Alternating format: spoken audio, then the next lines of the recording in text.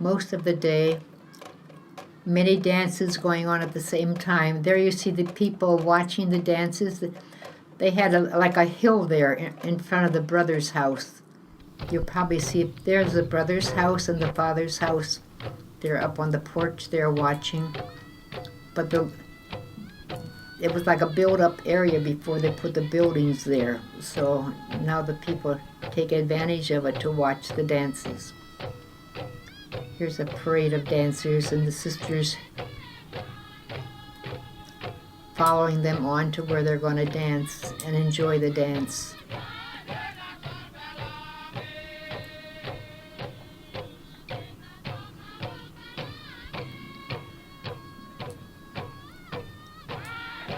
Again, different villages, different customs, different dances, different languages. The language of communication is the Melanesian Pidgin, but there's about 500 languages.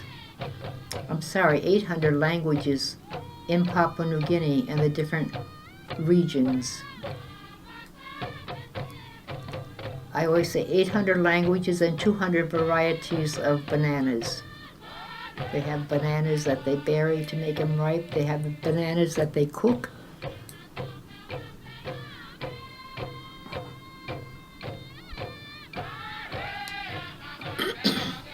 That's the high school. This is what that was. This is still the high school boys, but the band, those marching down the hill, were the high school in Bunapopa, who the band also played for this occasion. There you can see how faded their skirts are.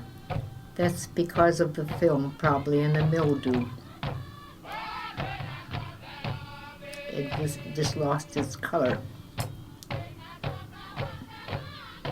These are mainly Tolai dances. These are the Tolai people around Bunapopa and Rabaul. This is Bidakara on the north coast of West New Britain. I was there for 3 months relieving one of the sisters who went back to Germany for the first time after being in Papua New Guinea many, many years. When we went for life. And afterwards, it was changed that they could go home. This is one of the, we would say Lapun, an older lady from one of the villages near Bidakara.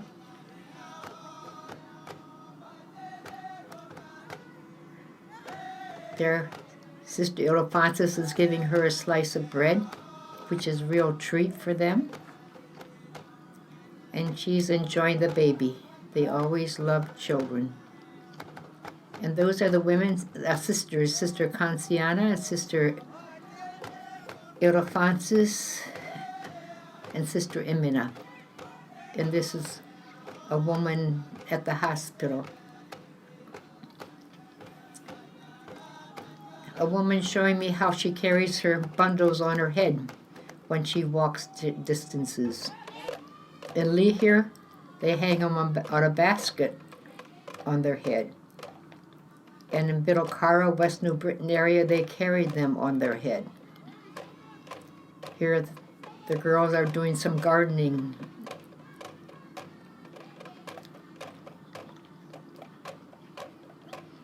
And that's little Jacinta. The youngsters preparing to entertain me with a dance. This is all Bidakara. This is my friend again. That was Sister Emina talking with her. Here we're going out to Valapai, one of the mission stations.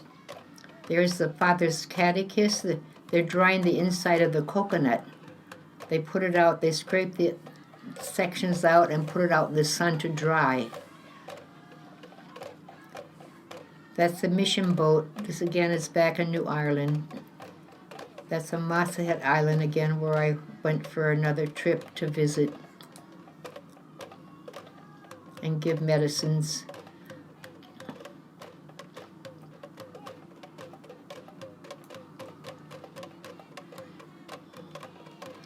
That's Brother Gersha. He was there for a visit once, so he went along out Looked like he was the cook for the day.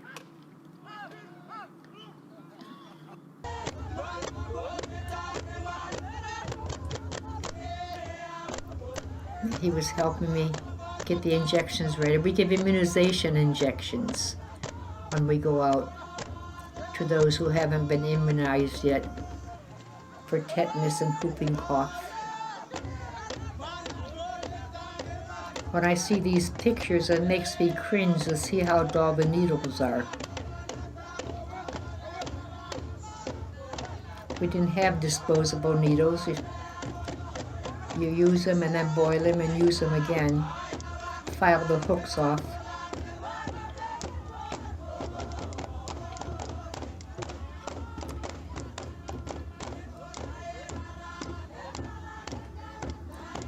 There's Father's car.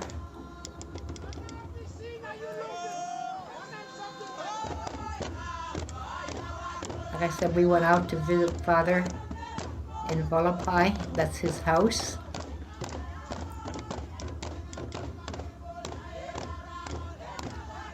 And probably a storage shed.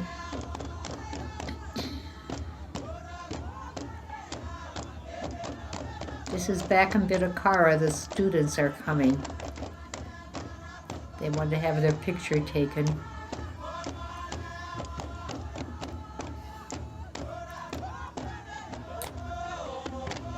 I guess it was Volapai at the school at Volapai. They were carrying us ashore. That's the early days before we had flip-flops and shorter dresses. That's a canoe in the Bitakara area, and that's their boat, the St. Francis, that they used. It was smaller than the Robert.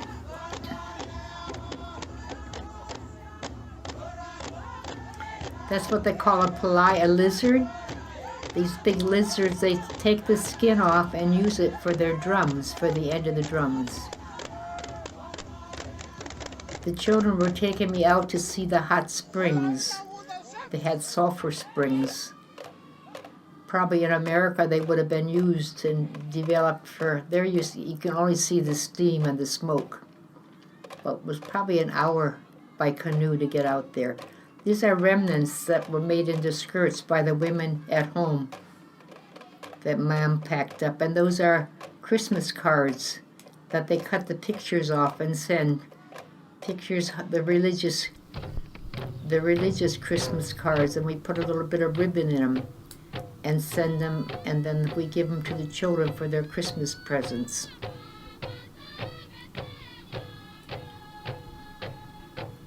Here are the women going home from the hospital with the babies. They usually stayed about a week, give them a little bit of a rest, and generally the husband or someone would come to walk home with them. There she's putting her baby in a bilum. That's the easy way to carry it, and he'll probably sleep most of the way home. She hangs it across her back. Eventually along the way she'll probably have it hanging from her head like you saw the baskets in Lee here. There's Sister Regine on our boat. We stopped in Lemacot to visit our sisters in New Ireland on our way to Kavieng. That's the girls carrying a pot of rice. You see again what the mildew does to the film. That's Sister Euphemia, who got a shock to see the camera. Sister Regine saying hello to Sister Mildred. This is in Kavieng. Our sisters lived in a 2-room house, the 3 of them. Sister Gertrude from Australia, Bishop Stemper from America.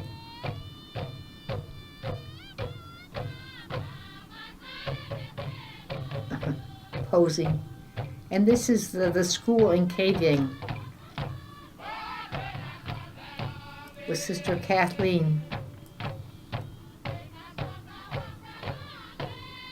and Sister Bernadette doing a song for us. She had the younger classes. And this is in Port Moresby, the market, the big market in Port Moresby. where the people bring their food, cow, yam, tapioca, mami, all the different, those would be all kind of root foods, similar to potatoes in consistency. But they also have the green leaves, the types of, like we would cook spinach, they would have something similar. Or the pumpkins vines, there's parts of the pumpkin vines that our people cook, which are very good.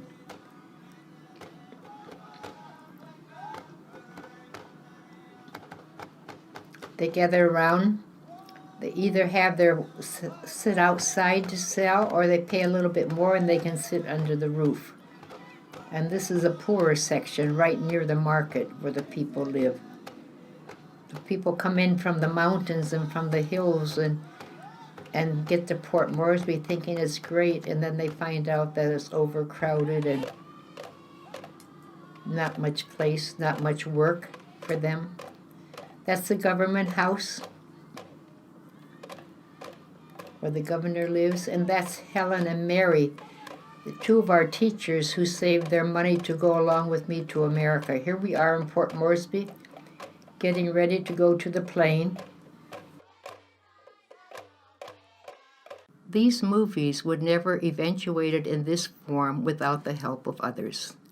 Let me spend a little time to thank a few of the people. Firstly, my religious congregation, the Missionary Sisters of the Most Sacred Heart of Jesus, who prepared me and allowed me the privilege of going to Papua New Guinea for over 40 years. Their love and prayers have been a great benefit and a help in my work. Thanks to my parents, Robert and Gertrude Seibert, better known as Bob and Gertie, who nourished the faith in me and encouraged and helped me in various ways over the years. My brothers and their wives, Bob and Betty, Mike and Monica, John and Mary, Joe and Lucille, George and Barb. Thanks to all of you for your interest and thoughtfulness, your support, toolboxes, camera, curtains, medicine table, and I could go on and on. Thank you for your prayers and love. Though I was thousands of miles away, you kept me alive in your hearts and in your families. A special thank you to La Vernia University and its amazing media center and staff. Brian Gall and Lisa Meinhardt. When I phoned and asked Brian, who is in charge, about the possibility of doing the films, his response was, "We are here to help the community." And thanks to Lisa for her encouragement also. Brian took me to the media center and introduced me to the staff. Eric Sandbakken from the media center offered to help me, and without his willingness to take on a big project with film that was faded and moldy from over 40 years in the tropics or other conditions, this would not have happened. Eric was keen and determined and redid many segments to get better results. Yes, and he was very patient with me and my lack of technical knowledge through it all. There was Sam Miraki, who was kind of a backup for Eric, and Jenny Tress, who was always there too, encouraging and answering the phone when I called. God bless all of you. I just want to say thank you to all of you, and may God bless and reward you.